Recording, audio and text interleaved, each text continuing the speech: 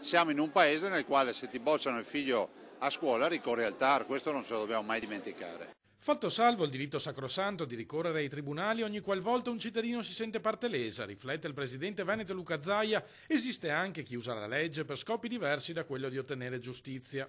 Per questo il legislatore dovrebbe dare ai giudici gli strumenti per decidere quali sono i veri ricorsi e quali invece sono quelli strumentali.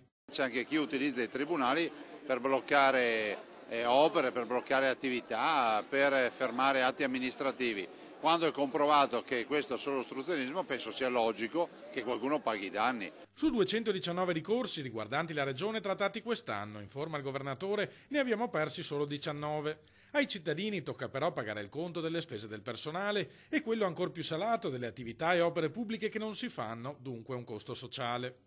Se tu vedi che stai, comprando delle attrezzature mediche e qualcuno magari fa ricorso semplicemente per inserirsi e creare problemi, penso che quando è dimostrato questo è bene che qualcuno intervenga, chieda i danni, chieda conto del fatto che non è normale bloccare, non è assolutamente normale. Tra gli interventi legislativi che dovranno essere attuati dal nuovo Parlamento, sostiene Zaia, c'è anche quello fondamentale di una modifica alle norme sulla legittima difesa.